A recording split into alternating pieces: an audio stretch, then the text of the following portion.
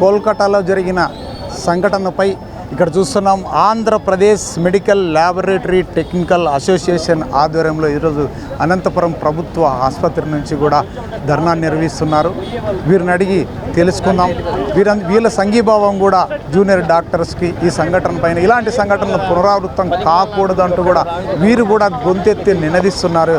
ఇక్కడ medical laboratory technical వాళ్ళు కూడా ఉన్నారు. వాళ్ళని అడిగి తెలుసుకుందాం. సార్ చెప్పండి.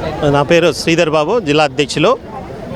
మరి మొన్న ఆగస్టు 9వ తారీఖు జరిగినటువంటి సంఘటన మరి కలకత్తాలోని ఒక ప్రభుత్వ ఆసుపత్రిలో మరి వైద్య విద్యార్థిని అత్యంత కిరాతకంగా అమానుషికంగా మరి అత్యాచారం చేసి హత్య చేయడం నిజంగా సభ్య సమాజం తలదించుకోవాల్సినటువంటి అవసరం ఉంది.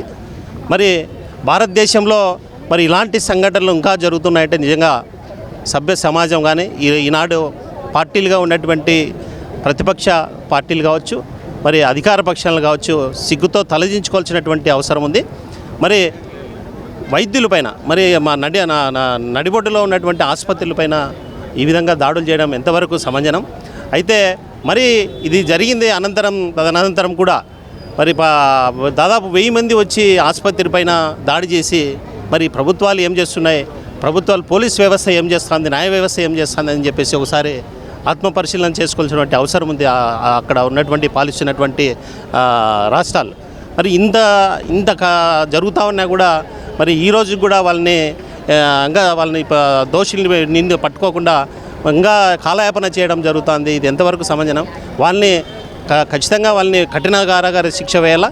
భవిష్యత్తులో ఇంకొక వ్యక్తి ఇలాంటి కార్యక్రమాలకి పాల్పడకుండా వాళ్ళ నడి రోడ్డు పైన మరి ఉరిశిక్ష విధించాలని చెప్పేసి మా Andhra Pradesh medical lab technician association తరఫున డిమాండ్ చేస్తున్నాం. మరి ఆంధ్రప్రదేశ్లో కూడా మరి అక్కడక్కడ దాడులు జరుగుతూ ఉన్నాయి. ఇప్పుడు కూడా ఎక్కడైతే గ్రామీణ ప్రాంతాల్లో కావచ్చు, ఇలాంటి పెద్ద అనంతపురం గవర్నమెంట్ జనరల్ హాస్పిటల్లో కావచ్చు, మరి నైట్ డ్యూటీలో ఉన్నప్పుడు కావచ్చు, మరి ఇతర సమయాల్లో కావచ్చు, మరి వైద్యులపైన మరి సిబ్బంది, పారామెడికల్ సిబ్బంది, నర్సింగ్ సిబ్బంది, మరి ల్యాబ్ టెక్నీషియన్స్, చిరు ఉద్యోగులు అందరిపైన కూడా మరి దౌర్జన్యాలకు దాడులకు పాల్పడుతూ ఉన్నారు. దీనిపైన ప్రభుత్వాలు కఠిన చర్యలు తీసుకోవాల్సినటువంటి అవసరం ఉంది. మరి ప్రత్యేక చట్టం తయారు చేసి మరి వాళ్ళని వెంటనే శిక్ష పడేలా, ఎవరికి భయం అనేది లేదు. మరి వైద్య సేవలు పటిష్టంగా అమలు చేస్తున్నప్పుడు కూడా ఇలాంటి సంఘటనలు జరగడం దురదృష్టకరం. మేము ల్యాబ్ టెక్నీషియన్ అసోసియేషన్గా మేము ఈరోజు జూనియర్ వైద్యులకు సంపూర్ణ మద్దతు ప్రకటించడానికి ఇక్కడ ఈ శిబిరం దగ్గరికి రావడం జరిగింది. అయితే ఇక్కడ ఉన్నటువంటి అధికారులు కావచ్చు, మరి బయట ప్రొటెక్ట్ చేయడానికి లేదు, ఓపీలో ఇబ్బంది అని చెప్పేసి చెప్తే ఇక్కడ మేము ఈ శిబిరం దగ్గరికి వచ్చి సంపూర్ణ మద్దతు తెలియజేయడానికి ఇక్కడికి రావడం జరిగింది. Thank you very much.